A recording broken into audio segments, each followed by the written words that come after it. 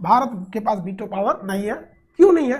तो इसका सबसे बड़ा रीजन है चाइना। देखिए, जिनको वीटो पावर दिया जाता है उनको यूएनओ के कुल खर्च का एक बहुत बड़ा यूएनओ की स्थापना 24 अक्टूबर 1945 को हुई थी। 24 अक्टूबर 1945 को किसकी स्थापना हुई थी? यूएनओ की स्थापना हुई थी। ये यूएनओ का मुख्यालय कहाँ है? ये न्यूयॉर्क में है। यूएनओ का मुख्यालय कहाँ है? न्यूयॉर्क में। कब स्थापना हुई थी? 24 अक्टूबर 1945 में। यूएनओ में कितने सदस्य हैं बताइए? इसकी तो स्थापना 24 अक्टूबर 1945। कितने सदस्य हैं?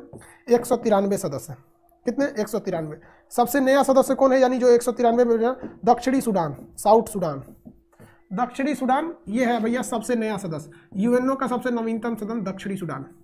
देखिए, अब यूएनओ में ना पूरी दुनिया को कंट्रोल करती है यूएनओ। जिस तरह से भारत में संसद है ना, तो पूरी दुनिया में यूएनओ है, उसका नियम पूरी दुनिया में चलेगा। अब ये दुनिया में इसके नियम चलने के लिए जरूरी है भैया पूरी दुनिया में कौन सी भाषा बोली जाएगी। हर देश वाले अलग अलग भाषा बोलते हैं, तो इनमें ऑफिशियली कितनी भाषाएं हैं? तो भाषा जो है वो ऑफिशियली इसमें 6 भाषा है। आप इन 6 भाषा में से कोई एक चुन लीजिए।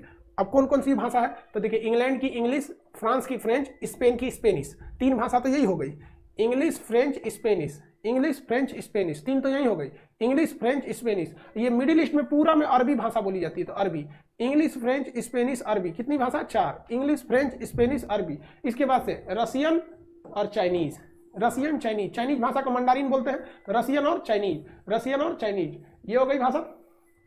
आगे बढ़े, चलिए ध्यान से देखिए। बोलने के लिए 6 भाषा है। हालांकि आप कोई और भाषा भी बोलेंगे तो फिर आपको दूसरे को समझ में नहीं आएगा, तो समझाने के लिए जो ट्रांसलेशन का खर्चा आएगा ना, उसी देश से लिया जाता है। जो ट्रांसलेटर बैठ के समझाता है उसका पूरा खर्चा उसी से लिया जाता है। हालांकि ये कोई बहुत बड़ा इशू नहीं है। हम लोग को मेन जरूरी है वीटो पावर। भाषा दे ना दे, मेन जरूरत है क्या? वीटो पावर का। मेन जरूरी क्या है? वीटो। टोटल दुनिया में कितने देश है वीटो पावर वाले? तो देखिए, यूएनओ में सुरक्षा परिषद में 15 सदस्य हैं, जिसमें 5 के पास वीटो है और 10 के पास वीटो नहीं है। तो ये जो 5 हैं इन्हें कहते हैं वीटो वाले अस्थाई, ये परमानेंट रहते हैं। और ये 10 जो है, ये जो होते हैं इनके पास कोई वीटो नहीं है, ये है अस्थाई। अस्थाई, इनका कार्यकाल 2 साल का होता है। इनका कार्यकाल 2 साल का होता है। इंडिया इस बार इसका कार्यकाल का सदस्य बन चुका है, पाकिस्तान हट गया। ये 2021 में भारत बना है और 2022 में इसका कार्यकाल, 2021 में है तो 21 और 2022, 2 साल में खत्म हो जाएगा भारत का पोस्ट। तो देखिए, ये तो बनते घटते रहते हैं, अल्फाबेट के हिसाब से इन लोग का नंबर ही आता है। 2 साल के लिए भारत आया, हट जाएगा इसके बाद। लेकिन ये 5 जो वीटो पावर है ये नहीं हटते हैं। जब तक ये 5 किसी चीज पर रेडी नहीं होते हैं, वो विधेयक पारित ही नहीं हो सकता।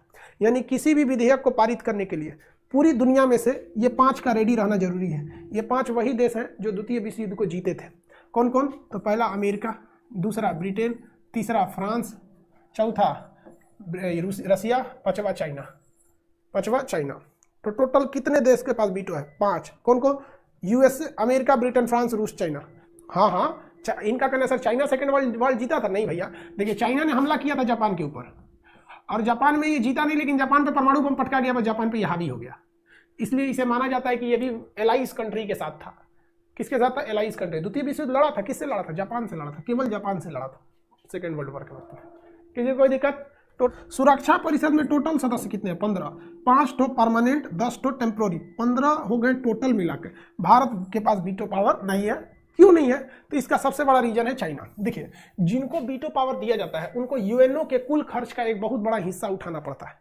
बहुत बड़ा हिस्सा यूएनओ के कुल खर्च का उठाना पड़ता है। भारत अभी भी यूएनओ के टोटल खर्च का महज 1.5 से 2% खर्चा उठाता है। जब देश आजाद हुआ था तो भारत को वीटो पावर दिया जा रहा था, लेकिन कहा जा रहा था कि आपको इसके कुल खर्च का 7% उठाना पड़ेगा, 7% से भी ज्यादा उठाना पड़ेगा। लगभग उसी के रेट में था ये परसेंटेज। तो उस समय जवाहरलाल नेहरू और हमारे देश की अर्थव्यवस्था इतनी कमजोर थी कि हम लोग के पास उतना पावर ही नहीं था कि वो खर्च उठा सके। क्योंकि बताइए, जो देश अपनी सेना पर अपनी टोटल जीडीपी का 7% नहीं खर्चा करता है, जो देश आज भी हम लोग की पूरी शिक्षा का 2% भी मतलब 7% जीडीपी का टोटल 7% हिस्सा हमारे यहाँ आज भी शिक्षा पे खर्च नहीं होता है, तो उस वक्त में हम कहाँ से दे पाते? तो जवाहरलाल नेहरू ने सोचा कि भैया इतना तो हम दे नहीं पाएंगे, लेकिन बेहतरीन ये रहेगा कि हम अपने किसी अच्छे पड़ोसी को दे सके और वो एशिया में रह जाए। रूस के पास ऑलरेडी था, तो जवाहरलाल नेहरू ने उस वक्त दिमाग क्या लगाया कि हम किसको दे दें? तो भैया अरब देश वालों को देते, तो ये सोच रहे पाकिस्तान के फेवर में चले जाते हैं। दूसरे छोटे देश को वो मिल ही नहीं सकता था, उस समय इन लोग के पास पेट्रोल नहीं था, ये भी गरीब थे सब। तो फिर एशिया में दिया किसको जाए? रूस तो यूरोप में आता है। रूस, देखिए, ब्रिटेन जो है, ब्रिटेन, फ्रांस और रूस, ये तो यूरोप में आते हैं, लेकिन एक एशिया के देश को देना था। अब नेहरू को लगा कि चाइना हमारा साथ देगा, इन्होंने प्रीफर कर दिया चाइना को, चाइना ने उतने पैसे दे दिए। अब हम लोग के पास वीटो गया, तो इसके पीछे केवल नेहरू जिम्मेदार नहीं बल्कि देश की अर्थव्यवस्था मेन जिम्मेदार थी। वरना किसी को कोई थोड़े ना कुत्ता कट ले। हम आपसे कहते हैं मर्सिडीज ले लीजिए ना, लीजिए मर्सिडीज, पैसा दे दीजिए, तो आप क्या कहेंगे? ना हम मर्सिडीज ना लेंगे। मुकेश अंबानी को दे दीजिए, तो इसके लिए आप जिम्मेदार थोड़ी है। मतलब देखिए कहीं ना कहीं तो हम भी हैं, हमको उस वक्त कोई ना कोई नेगोशिएशन करके कुछ ना कुछ जुगाड़ तान लगा के मोलाई भाव करके ले लेना चाहिए। अब इतिहास में की गई गलतियों को आप सुधार नहीं सकते, लेकिन इतिहास में की गई गलतियों को अगर आप देखना है कि वो गलती क्यों थी, तो उस समय के परिदृश्य के हिसाब से सोचिए कि उस समय हमारी सेना के पास 1962 में लड़ने के लिए जूते नहीं थे। रीजन क्या है, पैसे ही नहीं थे हम लोग के पास, बहुत कम पैसा था, तो सूखा वगैरह था, तो गरीबी अंग्रेज सब पूरी तरह से चूस के हम लोग को भेजे थे सब। 200 साल में तो अंग्रेज चूस लिए सब हम लोग को। तो क्या लगता है आपको कि देश की आज़ादी के वक्त में हम बहुत बड़े अंबानी अंडानी थोड़ी थे लोग उस वक्त में? तो इसलिए चाइना को दिया गया। इसमें दो तीन चीजें जिम्मेदार थी हमारे वीटो के पास।